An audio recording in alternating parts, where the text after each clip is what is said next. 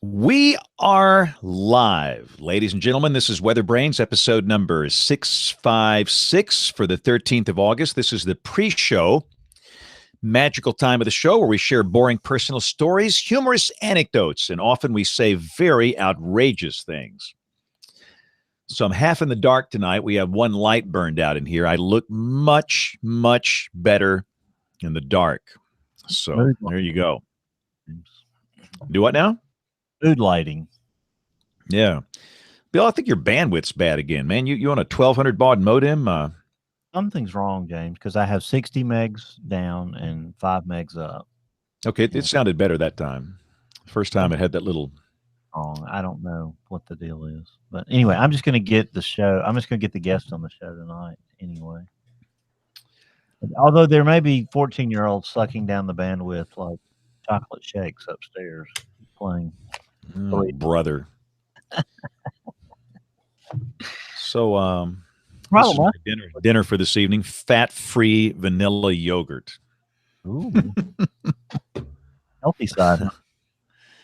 It's like desperate times call for desperate measures. I've had like a piece of cake early this morning, some pretzels, and I think that's about it. So, a little too thin there, James. Your face is starting to look a little gaunt.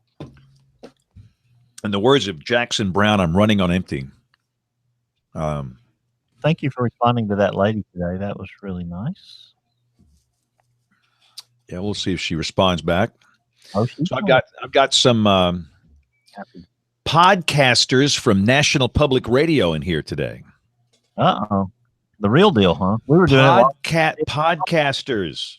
Go podcasting. They have a show called Invisibilia. And they flew all the way. See, they've got their corporate jet, which is what we need on this show. They flew down here on their corporate jet from Washington, D.C., and they came to my house this morning at 4:30 or 5. Watched me, and this is just audio only. This is they don't do video like we do. It's audio only. So they were with me this morning at the house. They came and worked out twice. Today was the day I went to Zumba with Brenda LaDunn and Christopher Sine, our news anchors here. I have never done that before. I will never do it again. Not the poster child for Zumba, huh? No. And then they came to my workout, which is brutal. And then they've been here and they just left. They're going to Tuscaloosa tomorrow, and then they'll be back here tomorrow night. But very, very nice people. Kara and Abby from Invisibilia. And you know what they do? They work really hard, unlike this show where we just turn on the mic and go. They do like episodes where they spend weeks preparing for them and editing. I mean, it's like I told him, I'll turn on the mic here, and I don't even know who the guest is until 2 minutes before we go on the air. I mean, you talk about if you like an organized show, you won't like ours. Not either. I made sure the test was not today because my new theory is if you test and do the show on the same day, it fails. So, and he's coming from an iPad, so it should work.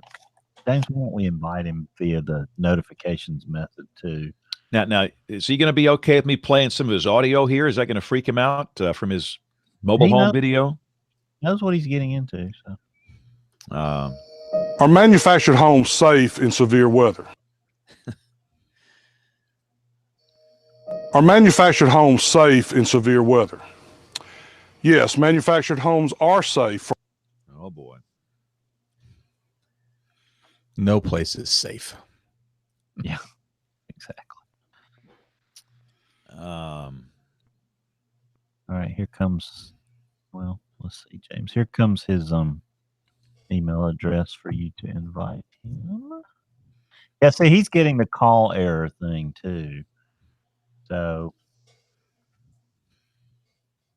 where's everybody else? Are we it?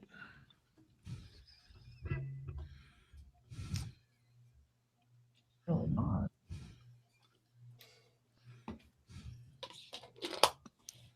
Kevin's here. The accelerant. You need. Get him in early.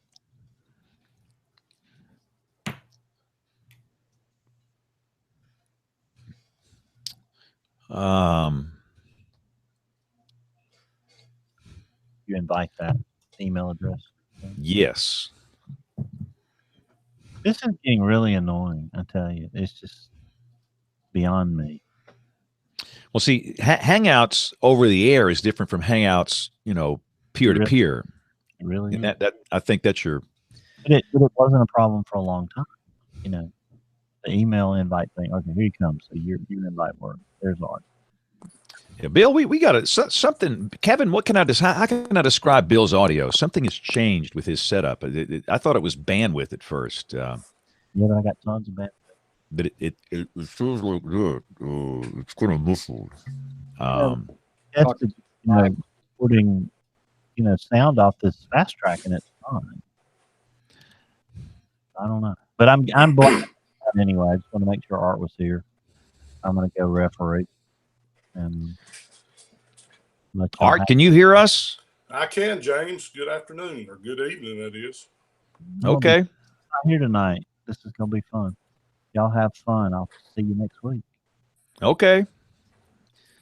We made Bill mad. He hung up on us. Kim, how are you?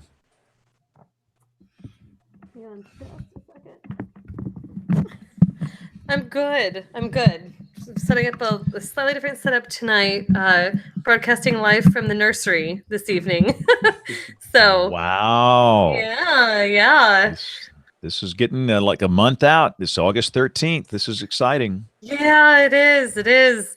We're pretty excited here, but yeah, things are going pretty well on this end. We've been enjoying a nice rainy day or two, which for August is just wonderful. Can't really argue with that out here. Yeah, I saw the numbers. I looked at it, like Oklahoma City was 75 and Dallas Fort Worth was 76 at like 4 or 5 o'clock. I'm thinking, what? Wow. Yeah. 75, 76 over 71. It was pretty swampy, but I was great with it. Feels terrific to this, third trimester pregnant woman. Oh, yeah. Yeah. I was going to say, Kevin, can you hear us okay? Yeah. Kim, if we hear crying, we assume that it's your husband putting together the crib, or? Sorry, if you do what? You're crying, that's your husband trying to put together the crib. Fortunately, all of that is done. We are ready to go over here. Wow. Yeah, we're the bastion of preparedness. Literally everything is done. We even have the bag packed. It's in my car because I'm anticipating probably just having to leave from work or something. That's how it would work for me. But yeah, we're ready to go. So. Gotta get the baby. Got to do what you got to do. I mean, these are exciting times. I'm trying to think back on our 2 births. It was fairly. It was not a total panic. The first one is always the hardest one, though. So, but you're Kim. You're level-headed. You're smart. You've got a good head on your shoulder. You're going to do fine. I worry about your husband. Yeah, I'm excited to see how he does. I'm hoping he's not one of the guys who passes out in the hospital. It's gonna be fun for everybody. But you're right, the first time you just don't even know what you're in for. No, there's only one way to find out. Throw him in. See if he passes out, be sure and get some video. All right. Well, we are on television now. We want to welcome our friends watching on television. This is WeatherBrains. We're about to start the show. Bill Murray hung up on us, and we're missing Nate and Rick. Where's Rick, Kim? Do you know? Is he out of town? I was just texting him. I thought that he was going to be on. So I'm going to see. And he said in an email he might not be able to make it, but he was hoping to. Okay. Well, let's get this thing started. Art, you ready to go? I'm ready to go. Thanks, James. All right. Let's get the recorders going here. Recorder number 1, recorder number 2, and here we go in 5, 4, 3, 2, 1. This is WeatherBrains episode number 656. This is the weekly show that's all about weather. This is for August 13th, 2018. I can almost hear those footballs flying, Brian Peters. September is going to be here before you know it. Yes, it will be. Well, wasn't there an NFL game over the weekend or something? So it's like it's kind of already started. I mean, I missed it. I didn't find out about it till this morning, but that's but that's okay. They are playing preseason football already, so that's a sign of the times. So, well, the tree in my yard that starts dropping some yellow leaves, usually in August, is dropping yellow leaves. So what does that mean? It means fall's just around the corner. And I want to say that for the last week, I've had a lot of rain, James. It's rained like 4 or 5 straight days at my house. Well, what did you do to deserve that? I don't know. Good. But my grass is very grateful. Awesome. And for those that don't know, we're down here in the Deep South. We deal with these random air mass storms on summer afternoons. And you might get nothing, and you go a mile down the road, they got a flash flood with 3 inches there. So, but it looks like, Kim, you were in the 70s today in August in Oklahoma City. What's the deal with that? It's amazing. Miracle. Just had 2 days solid of rain. And it's been in the mid 70s, over 71 dew points. So very, very humid, but gosh, does it feel nice. It's just been one of those days where you can really sink your teeth into work and really focus. I love these days. It's been great. So Kevin, how have you enjoyed 70s in Wichita Falls down the road there? Yeah, we topped out at 78 today, and we set a rainfall record for the date. We did 4.78, which is a record. Wow. And the 9th highest single day total in Wichita Falls recorded history. So did you have any new record low maximums out there today? So you got to be flirting with them. See that, and I didn't look that up. I actually got in quite late today. I spent a good portion of the morning just out on a photo assignment and driving around in the rain, and had a wonderful time just enjoying the weather instead of having to deal with it. Because it was not, there's no real severe risk, and there really wasn't much in the way of any kind of flooding risk as well. And so we just enjoyed waiting on this cutoff low to finally start raining on us. Awesome. Well, good deal. Well, let's bring in our guest. Art Faulkner was for a long time the Alabama State Emergency Management Director. Art, how long did you do that? How long were you in that position? I was in it for about 6.5 years, James. And I started with emergency management in 1996 for the state, but left for a few years and went to Homeland Security in Montgomery, and I came back in 2010. So explain how you worked your way up to that level. Did you start at the county operation, or tell us about your career, Art? How did you start? Well, I started, I guess my first public safety stint was as a cadet with a volunteer fire department here in Elmore County. And when I got old enough to start policing full time, I became a police officer. I was a police chief in a little small town here in Alabama. And when they started 911 here in Elmore County in '93, I came off the street and went over to working in the 911 office, and then in '96 moved up to the state EMA. Okay, good deal. Now, how much is politics involved in this? Again, for those of us that don't dabble in politics, I would assume that the state EMA director is tied to the governor. Is that a gubernatorial appointment? How does that work? It is. It's a cabinet level position. And each governor, chooses the person that they want to lead that agency.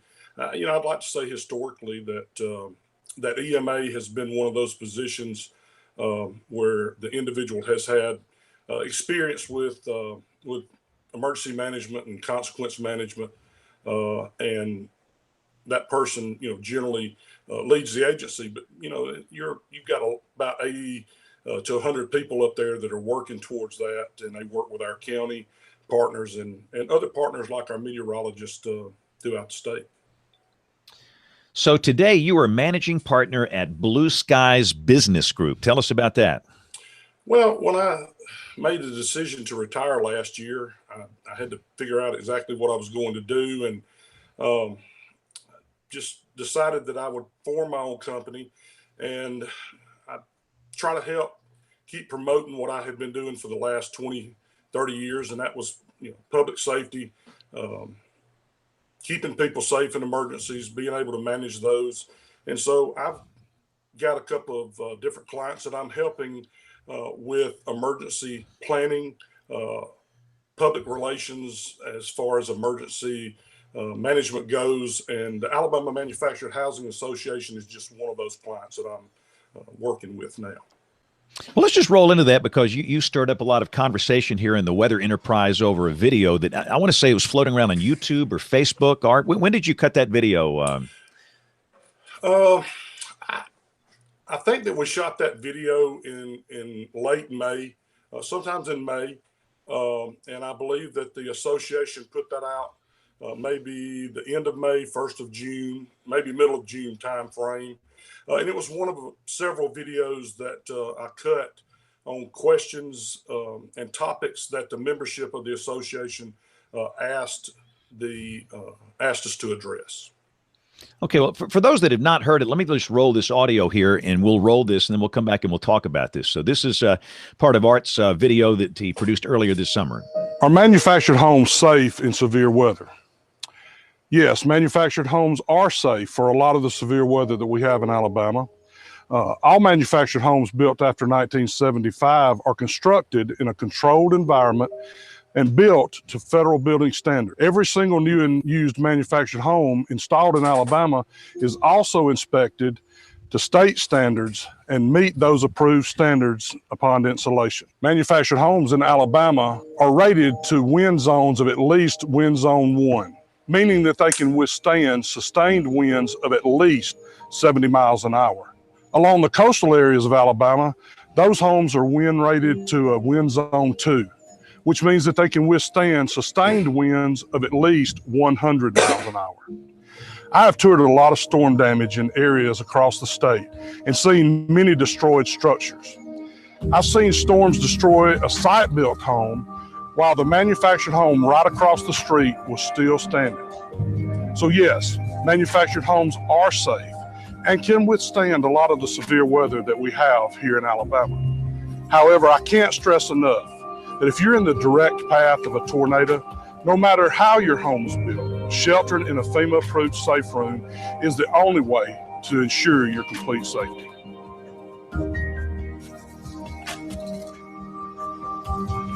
So, Art, I think that what people are worried about here is that they're hearing this message that you're giving, basically stating that mobile homes are safe during severe weather. And Kim, you're a social scientist. How would you perceive that message if you were somebody living in a mobile home? How would that affect how you reacted during a tornado warning? Well, it's a really interesting question. This population is actually one that has started to get some study for exactly that question. What do the folks who live in mobile and manufactured homes think about their safety and what they ought to be doing? And there's some evidence to suggest that they already are inclined to try to take the same kind of preparation and response actions that people in other site-built homes do. So they may not necessarily know the recommendation to flee ahead of a tornado, something that was even mentioned in this video as the recommendation. It's to get to the best shelter that you can, really. I think we can all agree that that's definitely the best plan for folks to do. And so, one of the concerns that was raised in the wake of this video is, are we at best even sending a mixed message? And is this something that people can make sense of between what the Weather Service says is to get out of those structures and what this video is saying is, well, you really have to be in a FEMA-approved shelter. And, otherwise there is some rating to these structures that they can be safe sometimes. So I think some concern was raised that people wouldn't know how to flesh all that out. And I'm interested, Art, in your perspective. You worked in public safety for years, and you have to have spoken with folks who lived in these places too. How do you perceive that on your side, and what should the message, as straightforwardly as we can put it, what should the message be? Well, I think that this whole issue invokes a conversation that, quite frankly, I nor the Manufactured Housing Association ever thought would be cleared up with a video. But quite frankly, what you have is you have people that are looking for an alternative to a site-built home. And, you know, when they get the message that, you know, anytime that there's a tornado warning, that there are some meteorologists that say you need to get out of your mobile home and go to another location, you know, whether it's in a ditch, in a car, or another structure, and it tends to stereotype just that single structure, type of structure, versus many different structures that people occupy as their residence. And quite frankly, it seems to, in some cases, give some people a false sense of security that because they don't live in a mobile home, they don't have to get out of it, or they don't have to, you know, take certain precautions. And then the people that are living in that, it just automatically tells them to get out of that structure. And I think that what the association and the industry as a whole is looking at is, how do we structure those alerts and notifications and those warnings in such a way that it warns everyone to get to the safest place that they can get. Can I interrupt and ask if I understand what you're saying? Is that you're trying to separate home down on the floor? Have you gone into labor, Kim? Yeah, that's a mic dropping moment on this show, ladies and gentlemen. Yes. A literal mic drop. It's just executed. Sorry, guys. Go, Kevin. Are you trying to add additional structure types to the category of non-site built? Does that make sense as a question? I felt like I heard you say, well, I feel like I'm hearing you say that manufactured homes or a mobile home are being artificially targeted or separated out. Is that correct? Yes. And for example, and let me just say that while there are, as y'all well know, there are many different risks, hazards, and threats across the country. You know, I mean, in one of your previous podcasts, I mean, we look at the fires out in California out there. You know, we have different threats and risks and hazards throughout the country, but specifically here in Alabama, you're warning one segment of the population in a structure that, quite frankly, is the only structure that is inspected when it's manufactured. It's inspected when it's installed, and in Alabama to some of the strictest standards, even more than the federal standards. And you're telling those individuals to get out of that structure, but with the boom of the tiny house and the people that are occupying those homes don't have to be built to any standard. They don't have to be currently installed to any standard. And so what is that doing for those people that live in those types of homes, live in those homes that... You're saying that the segment that you're talking about and that you're advocating for is being artificially targeted or singled out. Is that what you're saying? Well, I'm just saying that historically, and I've seen it many times, a lot of our members in the association, I mean, certainly Alabama, which has roughly about 40% of the manufacturing capacity of manufactured homes east of the Mississippi River, up in northern Alabama, that's no stranger to tornadoes. You know, they're the ones that are seeing your meteorologists, seeing your weather service people say, when a tornado's warning is issued, get out of your mobile home. So what is it that you would prefer that we say? Well, I think that we need to look at that. I mean, that's a conversation that we need to have. And quite frankly, because right now, wait a minute, but what is it that you would prefer? If I'm asking you to, if you're in charge of the meeting right now, and you can wave your magic wand and all TV weather people will say what you say, what is it that you would like us to say? I would like for you to say that everyone needs to take the appropriate measures to get to a safe place, whether that's a FEMA approved safe room. If you can't, then, and you can't you feel that the structure that you're in that you can't get out of to a FEMA-approved safe room, then you need to know where the best place is in that structure to get. And if I take a manufactured home and I take it to the wind lab at Texas Tech, and I take a site-built home to the wind lab at Texas Tech and put them through the same test, is the manufactured home going to be as resistant as the site-built home? According to the Manufactured Housing Institute, in an article released last year, their research has shown that with the current regulations on manufacturing of manufactured homes, that yes, in a lot of cases, those structures can be and are built. What does in a lot of cases mean? Well, I'm saying that, you know, when we get EF3, EF4, large EF3, 4, and 5 tornadoes, I mean, nothing's left. Everything is destroyed. And so you do have homes that will withstand, based on the standards that they're manufactured to today, more winds than site-built homes that are built in the state of Alabama. When was this standard put into place? I'm sorry, Kim. No, go ahead. When was this standard put into place? What is it? What year does this date to? Well, there hasn't been a mobile home manufactured in the United States of America since 1976. You know, the first time that the term manufactured or mobile home was used was in the Merriam-Webster Dictionary in 1934. And that definition, I'm sorry to interrupt you. That definition was a structure on wheels. Well, that's what I need is a definition, because we're throwing around mobile home versus manufactured home. Can you give a definition of each of those? Yes, sir.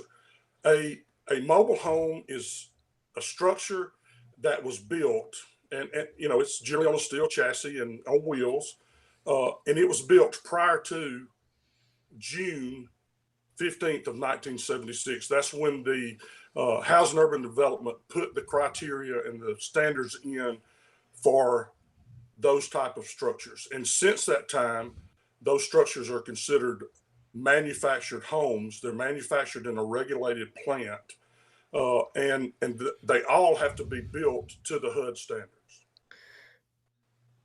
The ones with wheels? Yes, sir. Okay, so then what is so they're all manufactured homes now? Since 1976. That's correct. So, they're on wheels then, right? A mobile, yes, but what about built in a factory? The pieces are built in a factory and then taken to the site and assembled there. What is that considered? A modular home. Many of your modular homes are built to, or your modular structures are built to a different standard than what your manufactured homes are built to. So, go ahead, Kim. No, do you have any more questions on defining what these things are? I think it's a really important point for the audience. And then I do want to come back to the example that Art brought up of more severe tornadoes and how people fare, because that's a really important point for, I mean, the social sciences, something that is a big point of discussion, but I want to make sure that you have all the definitional stuff you want to ask. Yeah, I have to admit, I'm still a little confused. I kind of feel like I want to cut to a chase here, but I think there's an important conversation that has to go on. So I think you go on ahead. I think, well, on that topic, before I go back to the damaging tornadoes conversation and what these things are really built to withstand and how we grapple with messaging for all of that, I think that there's a really neat conversation that's actually started up on this video and the other videos that came after it, and some of these articles from the Manufactured Housing Institute, Alabama Manufactured Housing Association. It really stirred up this conversation about most of us in the weather enterprise don't differentiate between mobile, manufactured, modular housing. We treat all of these as a single unified category. And it struck all of us as the conversation really started about what can we say about how safe these structures are and when they're safe, that since we haven't done that differentiation task, it's a little bit difficult to tease apart just exactly what the meaningful difference is between being in a mobile home or a manufactured home. And I mean, just look at our messaging. When we talk about tornadoes coming toward buildings, we don't address manufactured housing at all. We say if you're in a mobile home, you should flee it. We don't talk about manufactured homes, even though that's actually where everybody's living now. And I don't think most of the field of meteorology knew that before this conversation really started. And it is an enormous fraction of the housing stock of Alabama. There's a real reason that people need to live and have this kind of housing structure available, and that's because it's affordable.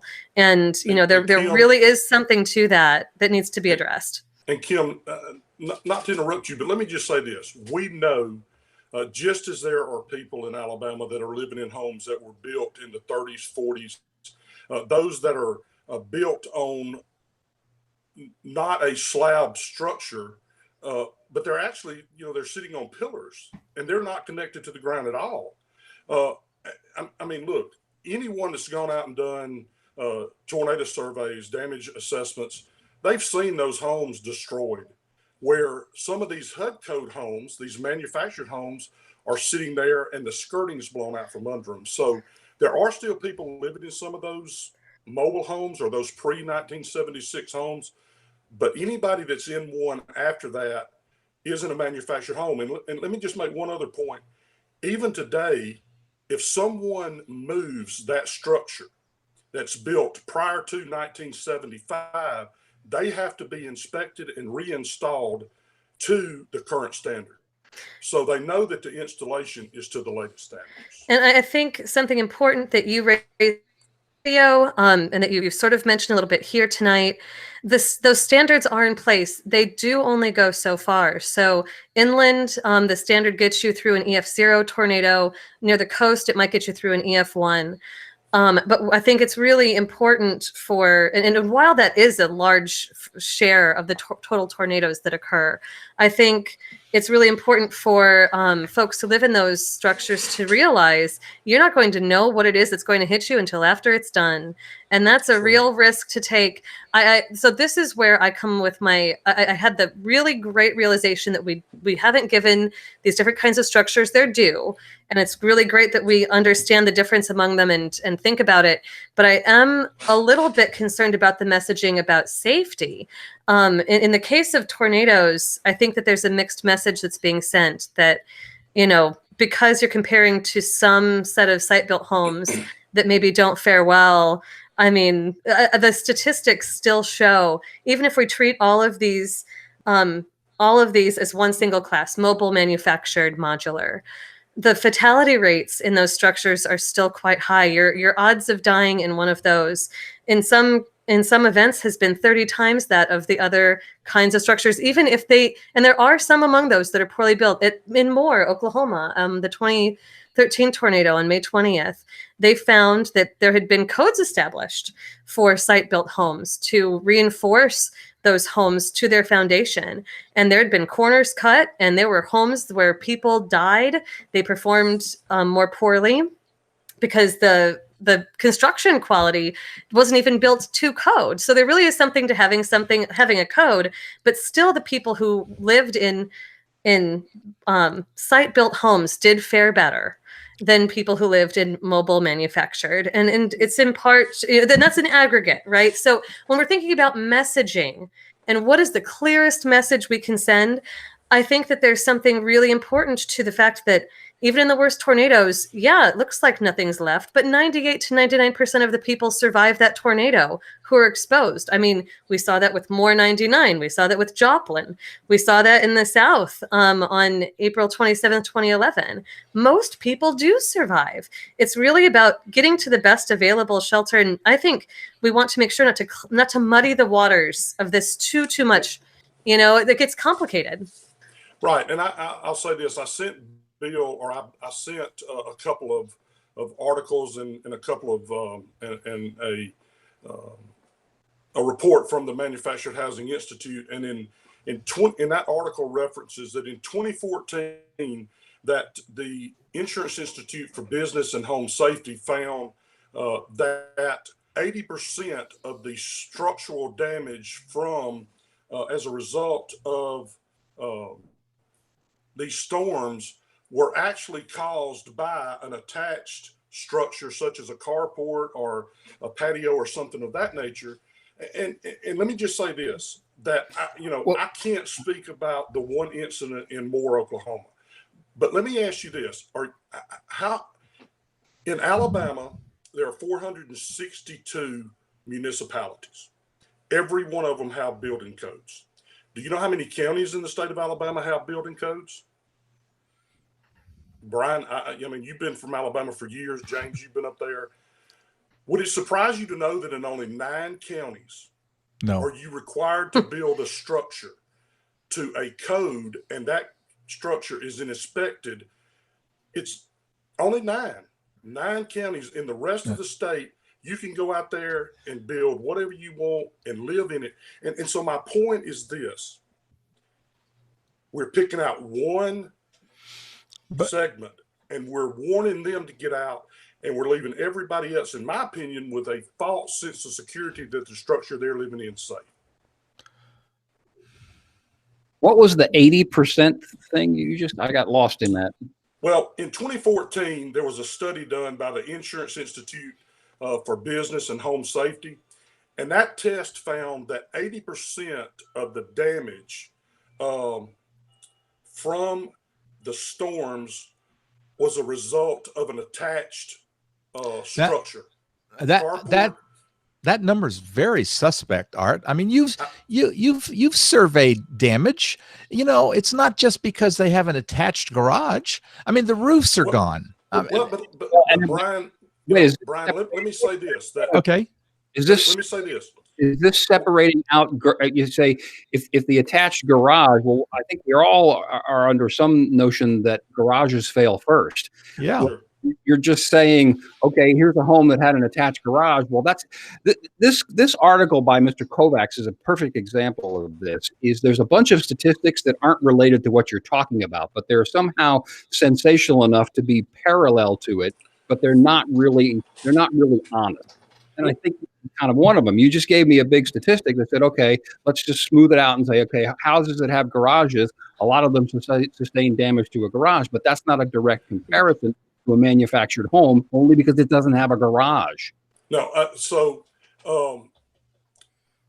let me say this, that I think that, to your point, Bill, that you've just said something that is 100% on track. Number one, when these assessments are done, not only for manufactured or mobile homes, but for all of the structures, we have generally no idea when that structure was built. I always see is damage. And we quite frankly don't know what failure caused that structure to be like it is. For example, a few years ago, Rehoboth, Alabama, a January tornado, 4 people in a mobile home are killed. You know what killed them? The tree. When it fell on the mobile home, it killed them. But when you look at the statistics, they're identified as being killed in a mobile home. And so, what I'm trying to say is, I don't have the answer for exactly how we warn them. I just feel like that we're overly warning, or that's not a good word. We're warning one segment of occupants, and we're leaving the other ones out there with a sense that they're in a home that's fine and they can stay there. No, that's not. We're not leaving them with a sense it's fine. Correct me if I'm wrong, but I think what you're angry about, and the group that pays you to say this message, is that we're calling out manufactured homes and we're not calling out the other ones like tiny homes. Is that correct? Well, I would say angry. I think that it's invoked the question. Wait. Let me take away the word angry. You're frustrated that mobile homes and or manufactured homes, or maybe just manufactured homes because that's in your name, are being called out and the other ones are not. Is that fair? We're concerned. Okay, concerned. Whatever adjective you want to use, but that's what you want.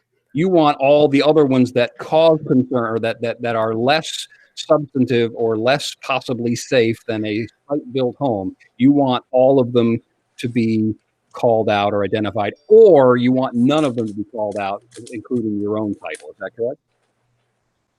Well, Bill, and I would like everyone warned.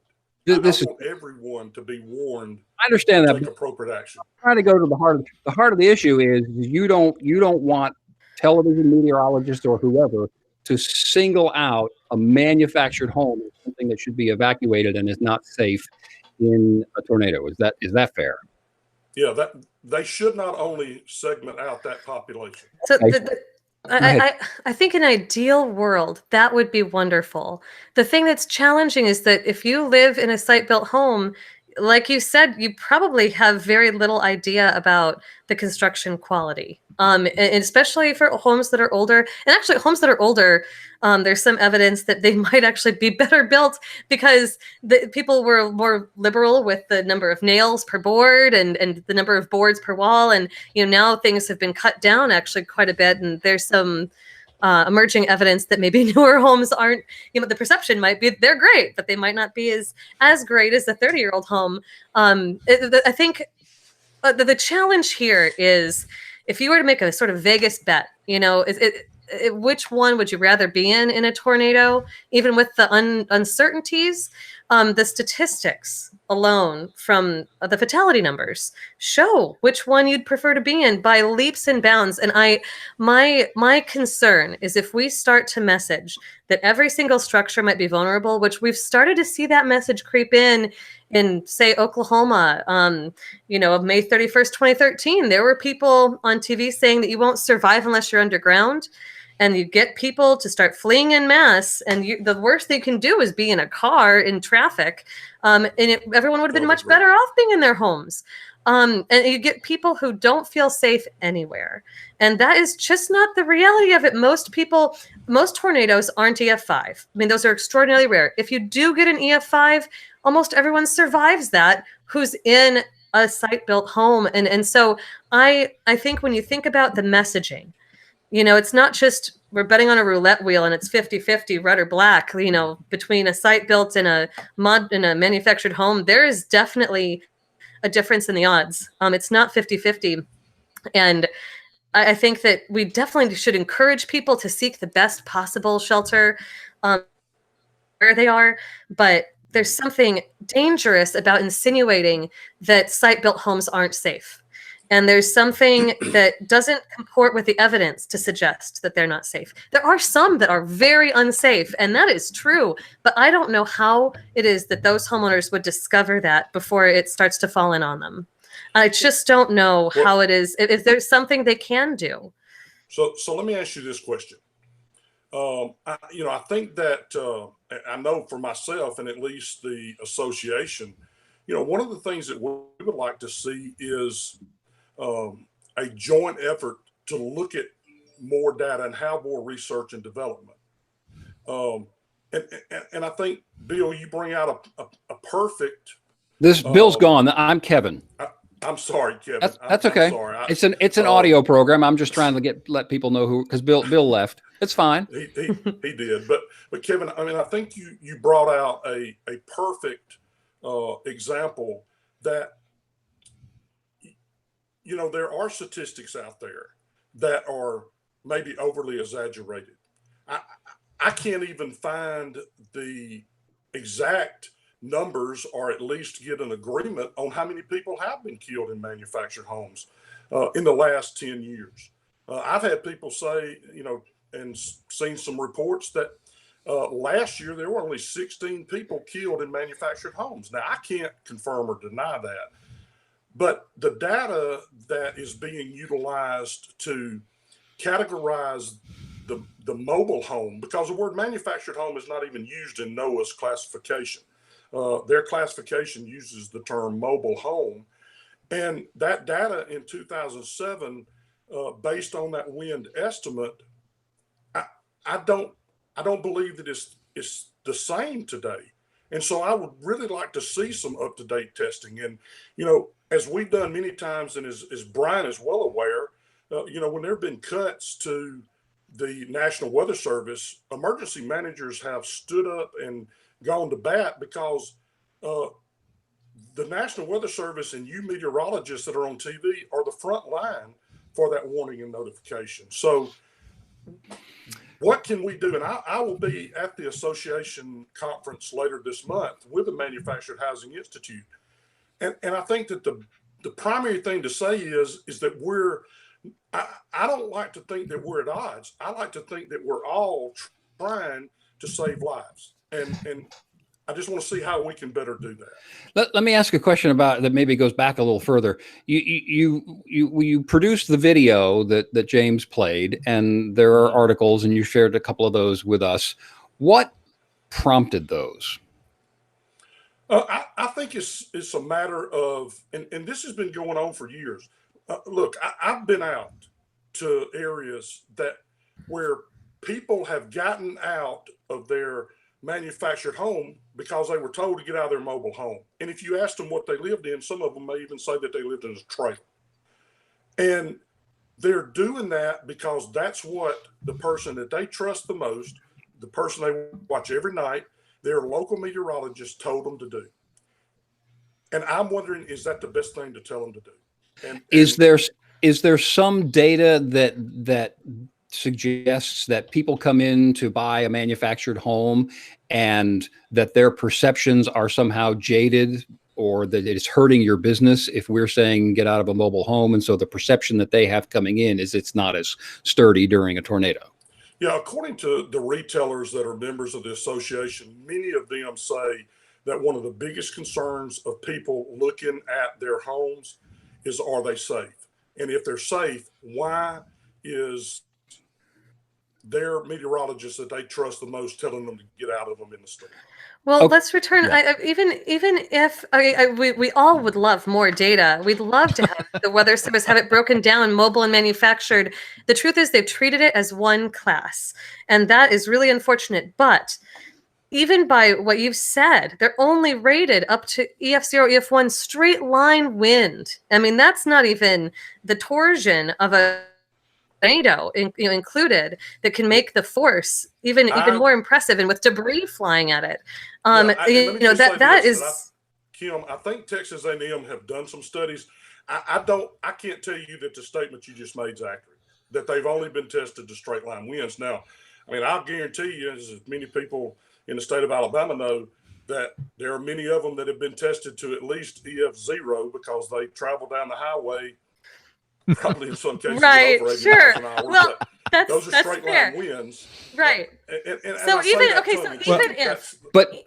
if tornadoes up to EF0, EF1, even if we return to the point that you can't know ahead of time what it is that's going to hit you, and what intensity that tornado will be, and I mean, it's a gamble. It's a gamble, and to suggest that they are safe in the case of tornadoes is to, I think, not be the people that we all want to be in emergency management and in meteorology. The broadcasters on TV want to tell people to get to the safest structure. And I mean, in terms of housing, even if these are built with some sort of standard, your standard doesn't cover a lot of the tornadoes that occur. So why would we tell people to stay? I don't know necessarily that that's the case. I mean, I think HUD has absolutely put some stringent standards out there, and that they are, inspected in the plant.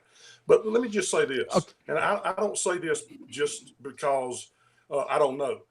But in February of 2008, when the tornadoes hit in Prattville, Alabama, I live just to the northeast of Prattville. The tornado went right over my house. And I will tell you this, I was in a manufactured home, and I felt the anchors catch on that. Now, wasn't on the ground. Don't know what would have happened if it had been on the ground, because I don't know exactly what rating it was. But I know this. I believe that I would have been in more danger looking at my yard and the debris in my yard had I have left that structure than I was in that structure. And we were under a tornado warning. And that's if you left at the warning stage. So that's an important distinction when you leave. If you're leaving the last minute, that's not a great idea. But sorry, go ahead, Kevin. Well, it seems like we're almost. It's kind of funny because the impression I'm getting is we're both frustrated at the messaging. Art and his group are giving messaging that we feel like is not fully forthcoming, and trying to make a comparison. You're not saying it directly, but you're walking right up to the line saying, okay, manufactured homes are as safe as site build homes. We're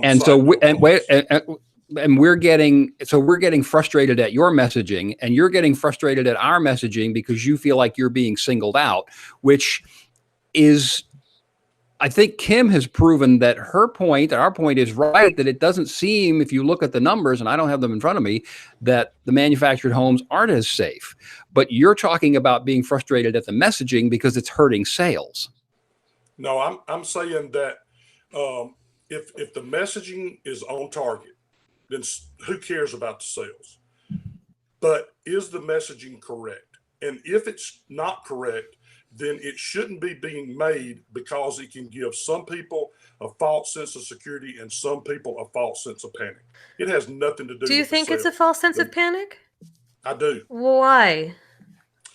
Because there are people that pay so much attention to their local meteorologist. If they told them to get out of that structure, whatever structure they were in, and get in a car and turn left until they got out of it, they would do everything in their power to do what that person told them, because they trust them.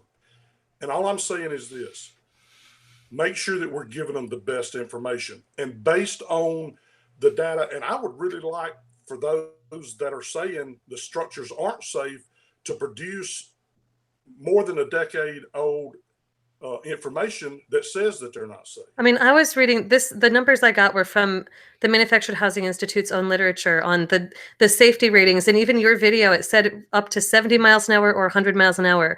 That's EF0, EF1. That's on straight line winds, though. That's based on hurricane. That, as you just pointed out a few minutes ago, that's not based. That's not even tornado, right? Which should be worse. You know, so a rotating column of air at EF0, EF1 should be more damaging. So you would expect them to fare even more poorly. And then in that case, then I think it's really difficult to say to anyone. Why would you not tell everyone in all situations where there could be a tornado that well ahead of time they should be leaving? I agree with you that you don't want them leaving when it's bearing down on them. That's definitely not the time. You need to have left, at least 15, depending on how far away your best shelter is. You have to have left before then. Yeah, and I think that in the video, that's why, I tell them, and the association is trying to tell those. We're even looking at how do we put FEMA-approved, better access to FEMA-approved safe rooms to those individuals. I mean, after the 2011 outbreak. But that's different than saying they're okay. The messaging you're putting out is that manufactured homes are okay, and it's done with a lot of very odd comparisons. Like at the beginning of this Kovacs article, it talks about people slipping in bathtubs, which is not an apples to apples comparison. And the whole article is laced with those things. And then on your video, when you say, well, I've seen a site-built home go down in a tornado while the manufactured home across the street was okay. That's a little bit dishonest, because we've all seen a site-built home go down and a site-built home across the street be okay. That's the way tornadoes are. But you're making these comparisons that they're not apples to apples, they're apples to oranges, or they're not valid comparisons. And that's what makes me mad and frustrated about the messaging that's out there. Well, and listen to that. I didn't say that those manufactured homes or any other structure is safe in all weather situations. But that's the message that you're projecting. Well, and I also point out that you need to have a plan, and you need to know what your structure can withstand before. Nobody's denying that. You're taking it off, but what you said was you use that comparison to imply that the manufactured home across the street from the site-built home that was damaged in your example was better or safer. I believe it was. But you don't know that in that particular case, and the data that Kim's the data that Kim keeps bringing up is that when you look at the numbers, it doesn't hold up. You can't just bring one example each time and cherry pick them. Sure, that's the concern about that one. Yeah. Yeah. Well, let me just say this: that has anyone done a study in 2011 of? And I know that there were everything from EF0 to EF5 tornadoes that went across Alabama in some 70 tracks. Mm-hmm. How did the structures compare? We had over 23,000 that were major damage or destroyed.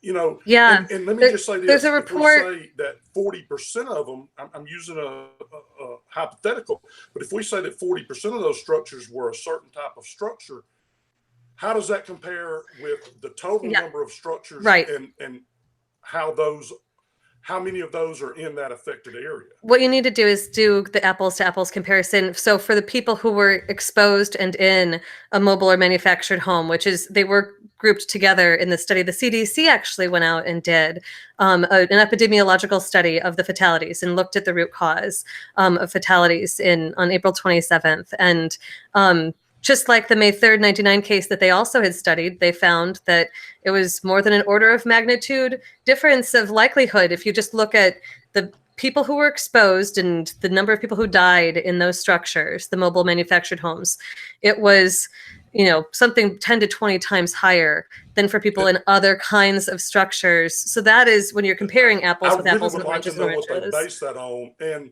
And I think you used a really important word. Just it was a fraction. Based on what could have happened, and I would like to know what no, it is what happened. It's based on what happened. They looked at they counted. So for all the people who were in mobile or manufactured homes, they counted how many people were hit, and of those, how many died, and what the fraction of that was, and compared it to the fraction of people who were in a site-built home and who died. And when you do that, the rate is 10 times higher in the mobile manufactured, 10 to 20 times higher in the mobile manufactured housing group as compared to the site-built home group. So it really, truly is. It's just exactly what happened, and it's an apples to apples. And that's what we find in these really big events to be the case. And for lesser events, we find the same thing, that people don't die. People just generally don't die in lesser tornadoes unless it's a really weak structure like a car, they're outside, or they're in a mobile manufactured home. If you're in a well-built home, you don't die in an EF2. Your roof gets peeled off, but it takes a really strange event to kill you, but you will in a manufactured home. So let me say this. And, I watched James that day. I watched James and Brian and all the others, and a lot of different ones from Central Alabama to North Alabama. And there came a point in time during that day where James started telling people, you need to get out of the structure you're in and get into a FEMA-approved safe room. I don't remember the exact wording, but James, you saw, and Brian, you saw those storms becoming supercell tornadoes, and they were going to come out of Mississippi across. My point is this: how do we take the just typical storm and warn everyone the same way? And taking that, I'm not asking you don't warn people in manufactured homes not to get in a safe place. I said it 3 times in there: get in a FEMA-approved safe room. But why is it that as soon as the tornado warning is issued, and we don't even know if it's on the ground or what the magnitude is, people in manufactured or mobile homes are told to get out? But Kim just told you why. It's because the numbers show that the odds are that they are more safe in a site-built home. More safe and immensely likely to survive. So, not just a little bit, immensely likely to survive. You are so likely to survive if you're in a site-built home and even hit by an EF5, you're still so likely to survive. And this is where those of us in the social sciences get really concerned that we don't think that people who are in really safe homes actually even know how safe they are, and they're getting inclined to flee at the last minute, and that could actually increase the number of people killed because we're messaging too much the other way. It's sort of this balance that needs to be struck somewhere in here, and this is where we're all talking. This is why the conversation is so hard, because you need to have both a clear message and something that's going to help everybody. And it's really a matter of odds, but the odds are really good in one case and really not good in another. It just feels to me, Art, like you guys are frustrated because you're being singled out, and because I had another point that left my mind. But the first part of it is that you're being singled out. You're frustrated by that. Is that fair? Oh, and because it's affecting sales. That was the other thing. You're frustrated because it's affecting sales and because you're being singled out with the term. No, I'll tell you this, Kevin. I don't think the effect on sales has entered into any of the conversations. You just said it had a few minutes ago. You said people come in and they're concerned about the safety in a manufactured home. I said that you asked me how we knew that. And I said, well, that's a topic when they come in there. As far as this video is concerned, this video was made to tell the people that are living in these structures that in certain situations, in certain weather, and they need to look at what those are, their homes can be as safe or safer than site-built homes. And I'll say this, that if I didn't believe that, I wouldn't have said it. But I will say this, I think that there are people that are living in structures that are site-built in this state, in the state of Alabama, that are staying there because they think that their homes are safe and they're less suited to withstand this weather than the manufactured homes that are built to a HUD standard and installed to the standards that the state of Alabama has. Was there paid advertising, social media advertising purchased to distribute that video? I can't tell you that. I wasn't involved in that. You have no idea? I know that they were on Facebook. I'm not on Facebook, so I don't know. I don't know how the videos were distributed. I think they're on a YouTube channel. Well, there was quite a bit of distribution on Facebook, but I think it's important to the discussion to know if, because it got a fair, Kim, I don't know if you remember the numbers, but it got a fair distribution on Facebook. And there was some question, was this natural and organic just because you happened to put it there, or were there ads purchased to distribute that? And then what were the target words and the keywords that targeted the people that would see that? I think that's important to know.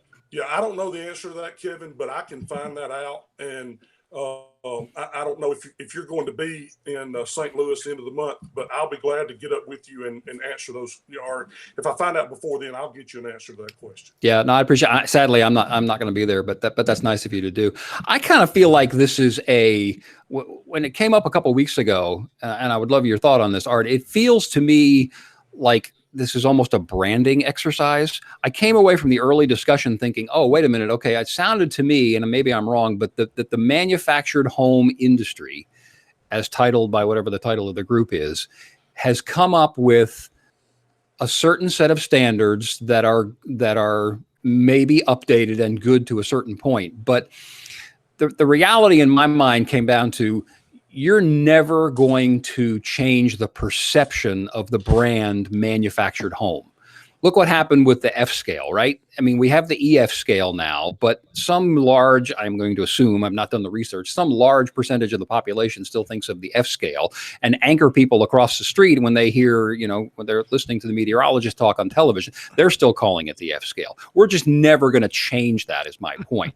And so to me, it seems like if the manufactured home industry wants to do something going forward, and I know I'm separating from your messaging a little bit, but going forward, it sounded like a branding exercise to me, that manufactured home comes with a cheap brand. And so if you guys want to do something going forward, why don't you come up with a new brand and a new message that says, look, here's what this is going to do in an EF0 tornado or an EF1.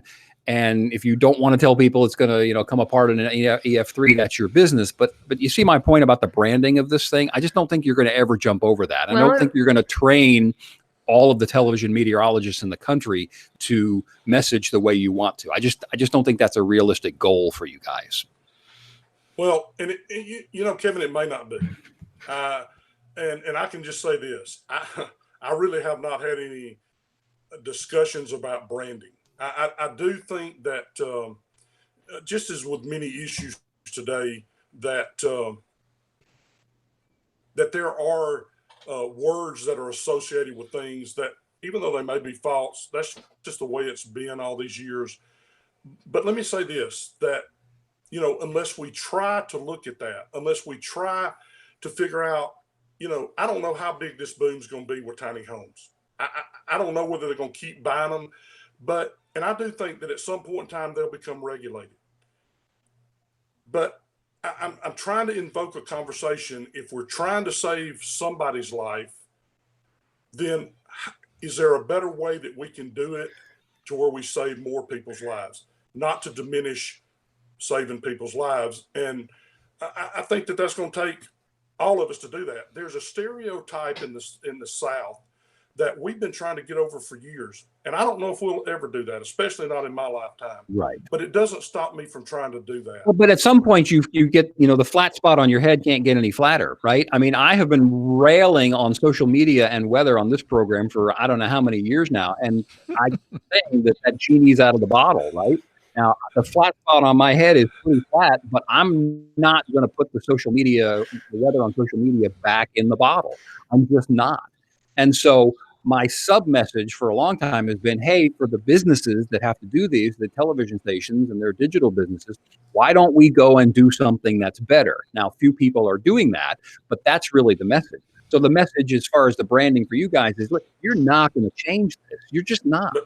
Stop beating Well, your I think it was two quick things. One thing, from even a branding perspective, even if they would want to change it, I think there should be a concern that the Manufactured Housing Institute has about the perception of trustworthiness. Because even if their product, there are folks who are starting. I mean, they're starting to build some luxury products. And I think that they're trying to create a luxury brand within the class of manufactured housing that can look just as attractive as a site-built home, or even more so, because you can have these luxury features. But I think you really lose something from the folks who are worried about safety if they don't feel like they can trust you. And that is something that leads me to point number 2. It's actually something, Art, you brought up earlier, and I'm curious to know if this is a venue that you guys are actually serious about considering. You brought up the fact that maybe there should be shelters, available community shelters, either using community shelters that already exist or having shelters built within neighborhoods where manufactured housing is dense. Have you considered, or has the Institute itself considered trying to front those kinds of policies where, okay, if you're really serious about having an alternate shelter, then maybe you guys put together a handbook for your folks so that they know where the local shelters are. Maybe you actually make sure that there are shelters installed somewhere close to them so that it's not even a concern. If it's something they can get to that's close by, then who cares if their home can withstand an EF3 or an EF1 or an EF5? Like, why get mired in all of that? Why not just say, no matter what happens, we're working to make sure you guys are safe. Put the money where, the message is, you're saying you want to save lives. That is the single best way to do it. Has that been considered? And let me just say this, that after the 2011 storms, the governor commissioned a committee, and one of their 20 recommendations was that their recommendation was that they require those living in a manufactured housing community to have a storm shelter, a community shelter for access for their people. The association actually said, listen, we're fine with that, and we'll help you push as long as you change that requirement to high density populations, to not only our communities, but apartment complexes and other types of communities. And the other groups would not go along with that. So that was never instituted as a policy then, because it hit that. Would that? I think it's something. I mean, it's something maybe that would be worth revisiting. I understand why that failed, because that's just so many apartments. I agree. We haven't even had the conversation about apartments. That's in between, and that also is a challenging conversation. So it's interesting that was what was raised. And I understand that there can be expenses incurred from having community shelters, and running them and managing them carries its own set of risks and challenges. So that has been an issue that's come up in the past when this exact topic has been talked about. But at the very least, there are some communities that have shelters available, public buildings designated as shelters. And some of my colleagues were on a research project right now where one of my colleagues, Stephen Strader from Villanova, was trying to work with emergency managers to even document where all these are. There is no central database. So no matter, like, if you want to get online and just find your nearest shelter, you can't. Yeah. That alone would be a tremendous thing. If that's something that the Manufactured Housing Institute or Alabama Manufactured Housing Association would want to take up, is messaging where the safest structures are, that would help build trust in your brand. And then who cares about these nuances of what wind speed you're built to what? Just make sure people know where to go. Yeah, and let me say this, Kim, you're 100% correct. I mean, in 6.5 years, as a state EMA director, I couldn't get it accomplished. A lot of that is because those shelters are managed by the municipalities or the county or some other entity. But I totally agree. The other thing that I would say is this: in my opinion, I would like to first, instead of putting requirements out there, let's give people incentives to do it. Let's give people, whether it's tax credits or something, when they install either an individual safe room or some way to encourage these community owners to put those in there. I would like to see that at a minimum implemented, because I'm a firm believer of this, that a FEMA approved safe room, whether it's inside your structure and built as part of that structure or whether it's outside of your structure, is the only way that you can totally ensure someone's safety in a tornado. And I'll just say this, that there are occasions when you have tornadoes, unfortunately, that the Weather Service is not able to warn for. People need to understand, when that watch is issued, you better get your plan and know what you're going to do, because the time to do it is not when James says they've just issued that tornado warning. And so we really want to push that message also. 100% agree. 100% agree. Well, I think it's fascinating because, we all are in agreement with that. And the work that you did for however many years it was, thank you for that, because you helped a lot of people and you're doing it. And we're all on the same page on that. I think that what made us all a little suspicious, and I really hope that you would take Kim's trust comment really to heart, because what got us worried is stuff that you're putting out there. The article that you sent us and the video are suggesting things that aren't apples to apples, or are making, I don't want to say false claims, but claims that we were all skeptical of. Because again, going back to this article, bringing up a statistic about how many people slip in the bathtub has nothing to do with the structural integrity of a manufactured home. And bringing up the argument that some people can't afford site-built homes has nothing to do with the structural integrity of that either. I mean, it kind of does, but you're making those arguments. You're saying, well, look, we really shouldn't denigrate manufactured homes because some people can't afford the more expensive ones. That's you're on the edge of credibility, and so by doing that, you're not building trust. Yeah. So Kevin, let me say this: that the two things that I sent you, I'm not advocating those. I'm saying that those are things that are out there. I had not even seen those until sometimes early July. Never referenced anything from those in the videos. Now, I will say this, that the Manufactured Housing Institute, which we're working with, I think is certainly a very credible organization, and they work very closely with HUD. And I can't argue some of the things that they put into their article. I wasn't there. I didn't see it.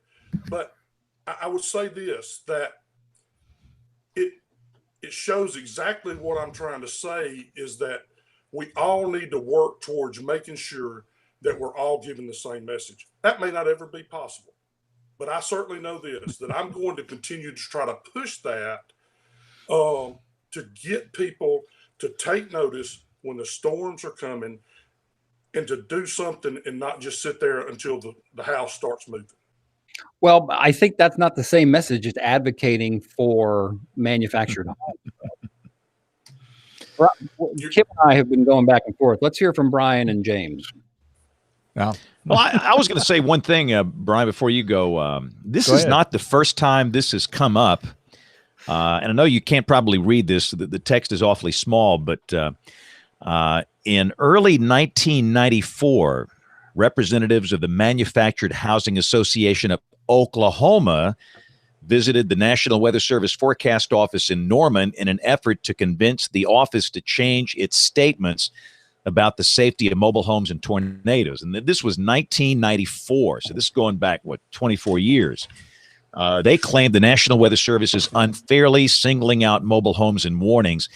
Their position was that the new manufacturing procedures and tie-down regulations have resulted in improved safety. And this was written by Harold Brooks. And everybody on the show here that's in weather knows who Harold is. Harold is one of my mentors in the science. And he came to the conclusion with statistics, and again, this is 1994. I'm not saying it's today that they're not going to make any changes, and they didn't. So I think the first thing we need to point out here, this is not the first time this has happened. Yeah. It's probably not going to be the last time.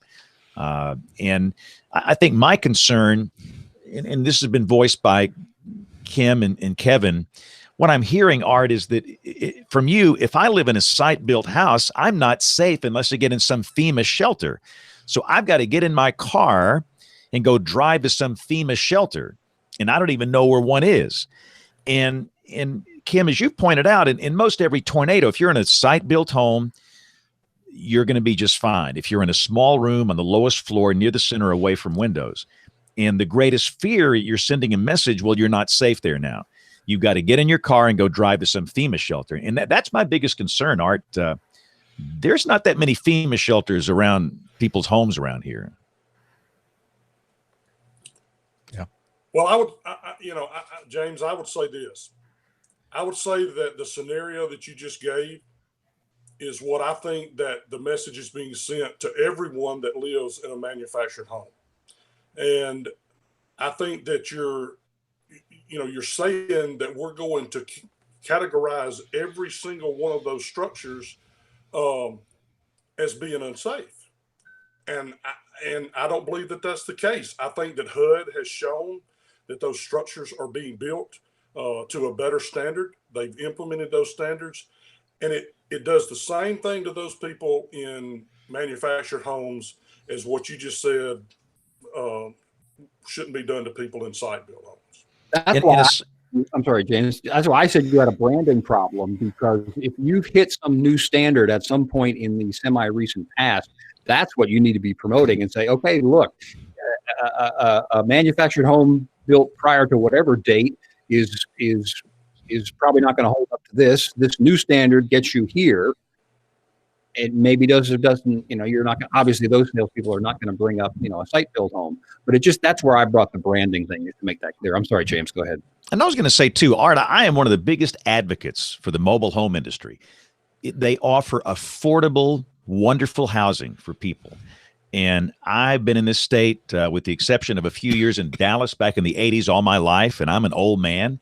And I have seen so many communities that's been transformed from this horrible, horrible substandard housing into these mobile homes where people are having a marvelous life. It's just wonderful, affordable housing. I am a friend of the mobile home industry, but I'm not willing to change. I've been here so long, and I hear what you're saying, Art, that there's some new standards, but you're saying these mobile homes under the new standards can withstand winds of 90 miles an hour in some cases, or 100 miles an hour. Like Kim says, you don't know what the tornado rating is going to be before it gets there. Is it going to be an EF0? Is it going to be an EF5, a 3? You don't know that. And there's just overwhelming evidence that most people in this state have lost their lives in cars in mobile homes, where people in site-built homes, in most every case, if they go to a small room, they're safe. And I'm afraid we're sending a mixed message if we say what you want us to say. There's no place that's safe, or a mobile home is safe, just as safe as a site-built house. You've got to be, the message you're saying is, well, to be perfectly safe, you got to be in a FEMA shelter. And it's my position, based on friends like Tim Marshall, who I think, Kim, Tim, and everybody on the show knows Tim Marshall. Oh, yeah. Who is an engineer and meteorologist. After spending a lot of time with Tim, he'll tell you in almost every case, not every one, but almost every case in a site-built home, in that lowest floor, small room away from windows at the center, you'll be just fine. Where in mobile homes, in most cases, you will not be fine. And it's contradictory to what you're saying. And so the question is, do you believe Tim Marshall and all of the legends in the weather business, or do you believe you, Art, that's coming in from the manufactured home lobby? And it's a credibility issue, and it's like data we've got to see. And I'm not ready to get on the air and say, if you're in a site-built home, you got to get out. Kim, wouldn't you agree with that? I mean, and again, Kim's a social scientist, Art. The reason we have her on the show, she is part of a discipline that we've been needing for a long time. And shame on us for not bringing in the social scientists. But I don't want to be in the business of sending a mixed message. And I think what you want us to do is to say, well, a mobile home's safe during a lot of tornadoes. Most site-built homes really, they might not be safe. To be safe, you got to be in a FEMA shelter. And Kim, isn't that a mixed message? I'm not going to lie. That's the concern, is that there's two levels here. One is there's a mixed message about manufactured housing and is it safe? And then there's a message being propagated that that site-built homes are not safe. So both of those layers are concerning, I think, to the social sciences, where we want to have a clear, concise message, and we want it to be consistent. So the inconsistency between what's going on now from the Alabama Manufactured Housing Association and public safety administrations, in and of itself, that inconsistency we would expect to have some poor effects on people's decision making. They'll know less about what to do now that there's uncertainty introduced into the space. And that first video had hundreds of thousands of views in just a week's time. I mean, it was pushed, and a lot of people saw it. And so now the question on our end is, what effect has this had on the perceptions of safety for those dwellings? We already knew before this year, there were a lot of folks living in those structures who didn't know that they needed to get out of them for most tornadoes. And they thought that the best thing for them to do is just to get into the interior room of their home like any other place. So we were already concerned about that. And now this inconsistency might throw an even bigger wrench into the works. So James, I think everything you're saying, you're exactly echoing our messaging concerns. We on one hand we want a clear message for folks living in manufactured homes. On the other hand, we want a clear message for people living in site-built homes. And on both fronts, I think with the messaging going on right now, the waters have been muddied. Right. In Art, let me say this. I do think we need education on what is a mobile home, a manufactured home, a modular home. I'm not in that business. I don't know. So I do think you can help us in that regard. And we absolutely want to do that. You know, I think that, at least from my standpoint, that there are, and I've seen it, I've seen the people out there that say, well, I didn't know what to do. And or ask the question, why is it that someone is standing in front of a brick and mortar structure? Like I was asked a couple of weeks ago, they're standing in front of brick and mortar structure that's been leveled, and they're telling me to get out of my manufactured home. And I don't know how to answer that. Who was the target audience for your video, Art? The target audience was the manufactured housing occupants that are living in those structures, and to tell them that, yes, you need to have a plan. You need to have a place to go. You need to know what your home will withstand. But when the message is given that it's only the people that live in mobile homes that need to get out, sometimes that messaging is not 100% correct. Can you see where some might think that your messaging, including your video and that article, are trying to send a message that the manufactured home is equal to the site-built home in stability? Can you see where that might be perceived that way? Yeah, and I think that statistics show that there are cases that there are some older site-built homes that those manufactured homes are superior to the construction of those homes. I understand that, but I'm saying, but your messaging, the video that you put out, and that article that you sent, do you see how that is how we're perceiving that message? To sit in our shoes and see how we're perceiving that is not being completely forthcoming or honest or valid or trustworthy in your comparisons. Well, I mean, certainly that's been expressed numerous times that agreement is not there. I've questioned you. And so, I think that, we have to quit going to extremes. I started working with the Manufactured Housing Association in January. We didn't film these videos the 1st of February. There was a lot of forethought that went into what was the message was. And, I don't think that anyone went out there and said, look, we need to send this message, and we think that it's going to confuse people, and we think that it's inaccurate. And we worked with, various associations, the Institute and others, to try to put a message out there that we felt was sufficient for the people that live in those manufactured homes. And are you? Go ahead. I sense, and we got to take a break here in a second. I sense you're wanting us to say, if you live in a site-built home, you've got to get out. If you're in a tornado warning polygon, is that true? No, I've never stated that. And what do you want me to? Go ahead, Kevin. What I have said is that I'm asking you to look at your messaging, and is it accurate for you to tell only people in mobile homes to get out of their structure when there's a tornado warning issue? And we're asking you to look at your messaging and not dance along the edge of the razor and make comparisons that aren't necessarily valid. Well, and so I'll say this. I think on both sides that we could admit that maybe the messaging was not exactly the way it was intended. I never intended for it to send a mixed message to anyone. And I don't think that y'all intend, when you issue that message to only those people in mobile homes, that it's intended to give a false sense of security to some and a false sense of panic to others. How do we fix that? And that's what I'm asking the question, because I don't have the answer. Well, I think it's a fair question to ask. Is there anything to fix here? Because yes, I agree. Not every site-built home is perfectly safe. There are some that are poorly constructed. You've made that argument, but it is a small fraction.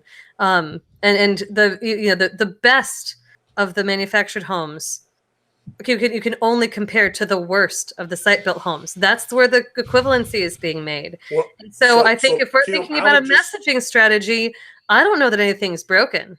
Yeah. Well, Kim, I would say this, that I'm not the scientist, I'm not the research, but I've worked with the Institute and will continue working with them. And, I'm not the first one that said this. And I do believe that there are structures out there that have been built on site that are not as safe, even being built today, where there's no one that's going out there and looking at those structures. And so if we're going to try to warn a certain segment of the population, how do we warn everybody? And has the Institute, go ahead, James. I was going to say, I have got to walk across the hall and do some television here in just a second. But again, Art, before we take a break, I want to thank you for coming on the show tonight. And I wanted to talk about April 27th and some other things here, but we got sidetracked in this issue, which is very important to me. Sure. This is a very important issue in that we've got to communicate across the enterprise between everybody involved in this, emergency managers, private sector, which is what we do, the government. We've got to communicate a simple, unified message that's consistent to be effective. And when you introduce confusion, I believe that leads to inaction, and inaction will lead to somebody losing their life. And that's why we have people like Kim Kloko that's working with us to help us. None of us have been trained in social science, and that's what she does. She's been trained in meteorology and social science, and her knowledge is just incredibly useful to me. And I'm afraid that there's a lot of confusion. In fact, I've had responses from people that saw your video that said, I'm running a scam, and they're safe in a mobile home. I got no business telling people to leave mobile homes, and they're not leaving anymore. And I'm just afraid, Art, I don't want you to wake up one day and think that, I got something on my hands here because of something I've done and I've said. We've got to work together to be sure we're all on the same page with a consistent message. And we've just got to do better. And that's just something I'm concerned about here. So, but Kim, again, tell you what, Art, let me give you 1 minute for last comments, and we got to move on to the next segment. I'm so sorry because time's run out here. I got to go echo what James said and encourage Art and your tribe to learn the lesson faster that it took us 60 years to learn, in that you go to Kim's tribe and look for information and engage them, because that's what's happening on the broadcast side now. And rather than you guys relying on your own history and your own knowledge, is to go and engage Kim's tribe because what you keep saying is that you're just looking for fair messaging and proper messaging, and she's and her group are the ones that are building that for us. So I would say that, and I got to go do some TV too. So Art, really appreciate it, man. It was a great conversation. Thanks for coming on. Thank you. And James, thank you, and thanks to Bill for reaching out to me. I absolutely would like to come back. I really would like to talk about some of these other issues. You've done some really phenomenal things over the years. It's because of our broadcast meteorologists and those people that people do pay so much attention to. And James, I really hope that that is not the standard that people feel like they're not going to listen to you anymore, because they absolutely do need to listen to what they're being told, to be safe. And so that was not our intent. Kim, we do look forward. I really do want to engage you. I think that I've learned at least that there's somebody out here that can help us as a whole figure out, what do we offer there. And so absolutely, you'll be hearing from me. There are many people out here that I think that the goal is that we just want to see people's lives saved. Listen, and James, I know you were out there, saw you many times, but we don't need to have to visit 250 something families because they lost loved ones in these tornadoes. So I commit to you that myself and the association is absolutely looking how we can maybe better message this, and we'll be seeking some help from each one of you. And James, absolutely look forward to being back on with you again. Yeah, and again, Art, I know your heart, and we're all in it for the same reason. And again, I appreciate you taking the time to do this because it's taken a big chunk out of your evening. So, Art, thank you much, and I'll see you in St. Louis. I'll be there at the NWA, and look forward to spend some time with you there. Look forward to seeing you. Okay, thanks a lot, Art. Have a good evening. Thank you. All right. So what I'm going to do here, I'm going to roll Professor Peters and Tony Rice, the astronomy report, and then Kim and Brian, the show's going to belong to you. Y'all going to have to do picks of the week and the weather roundup. So the dynamic duo. So on that note, let's roll a couple of segments. We'll be right back as WeatherBrains rolls along. WeatherBrains 101 with Professor Peters. In this episode of WeatherBrains 101, we're going to continue a 4-part series looking into the operations of aircraft used by NOAA to study and observe tropical weather systems. Cutting through the eye wall of a hurricane, buffeted by wind, blinding rain, and violent updrafts and downdrafts, before entering the relative calm of the storm's eye, NOAA's 2 Lockheed WP-3D Orion 4-engine turboprop aircraft, affectionately named Kermit and Miss Piggy, probe wind and pressure changes, repeating the often grueling experience again and again during the course of an 8 to 10 hour mission. Scientists aboard the aircraft deploy global positioning system drop wind sondes as the P-3 flies through a storm. These instruments continuously transmit measurements of pressure, humidity, temperature, and wind direction and speed as they fall toward the sea, providing a detailed look at the structure of the storm and its intensity. In the tail of a P-3, a Doppler weather radar system, along with lower fuselage radar systems, scan the storm vertically and horizontally, giving scientists and forecasters a real-time look at the storm. The P-3s can also deploy probes called bathymographs that measure the temperature of the sea.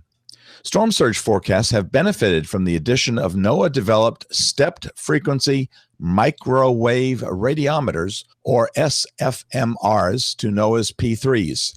SFMRs measure over ocean, wind speed, and rain rate in hurricanes and tropical storms, key indicators of potentially deadly storm surges. Surge is a major cause of hurricane-related deaths. In addition to conducting research to help scientists better understand hurricanes and other kinds of tropical cyclones, NOAA's P-3s participate in storm reconnaissance missions when asked to do so by the NOAA National Weather Service's Hurricane Center. The purpose of these missions is primarily to locate the center of the storm and measure central pressure and surface winds around the eye. NOAA P-3s also participate in a wide variety of national and international meteorological and oceanographic research programs. Recently, these aircraft have been used in major studies on storms approaching the continents of Europe and North America to improve forecasts and study the effects of El Nino atmospheric gases and aerosols over the North Atlantic, large-scale convective storm complexes in the Midwest, and winter storms battering the U.S. Pacific coastal states. In our next episode, flying around the storm with a Gulfstream 4.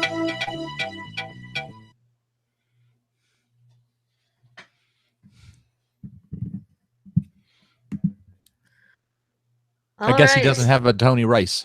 I guess not. But my pick of the week is going to cover a little bit of astronomy intrigue. So, do you think we're good to move on to the picks? Oh, I think so. Well, let me do the quick weather roundup. Yeah. You know, the weather's kind of, Kim, the weather's kind of, well, you guys are getting some good weather, but weather's kind of calm across the country.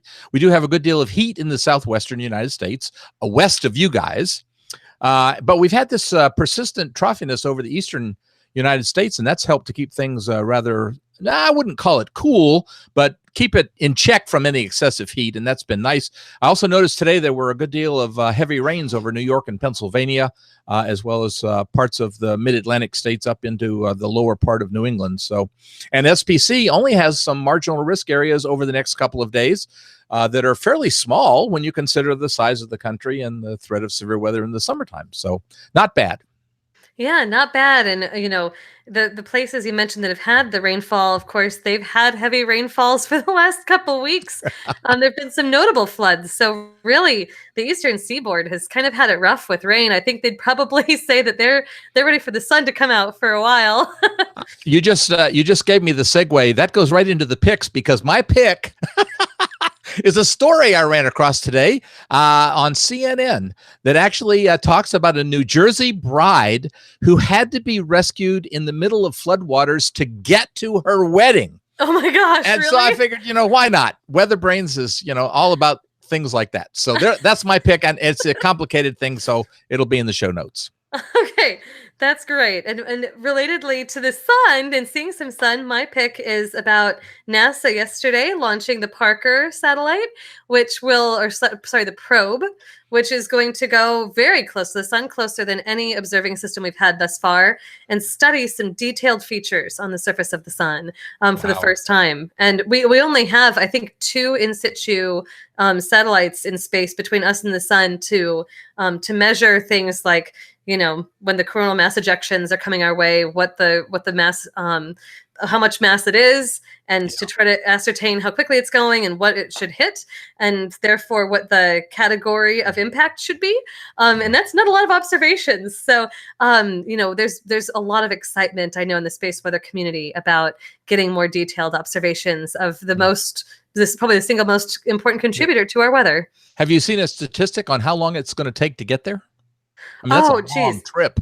It's a long trip. I thought that it was only a couple of months. I thought it was like a November timeframe. Maybe it was November of next year, but I thought that's what I saw. Did you see it? I haven't. That's why I was asking. Because, how far out is the sun? It's lots of millions of miles out there. So. It's very, very far. I'm going back into the, let's see. It's going to loop past Venus and rendezvous with the sun.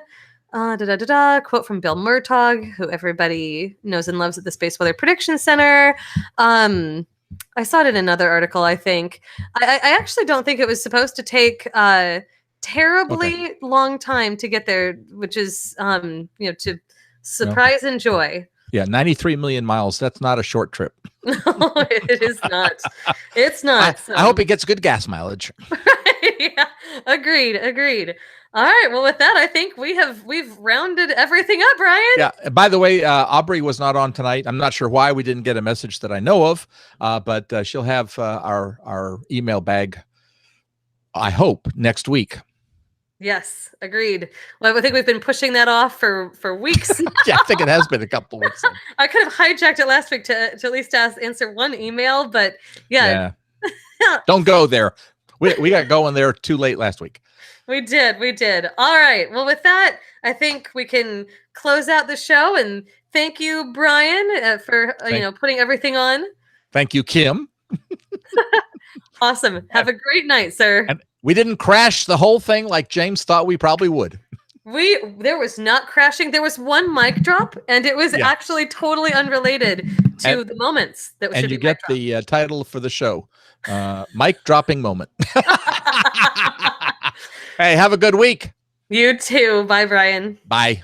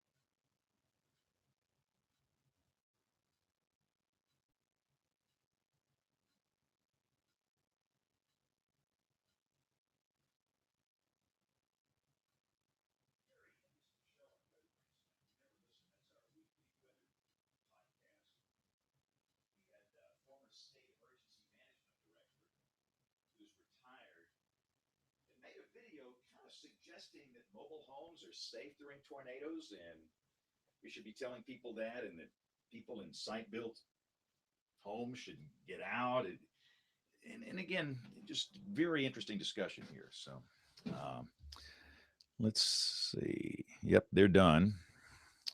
So I'm going to stop this broadcast.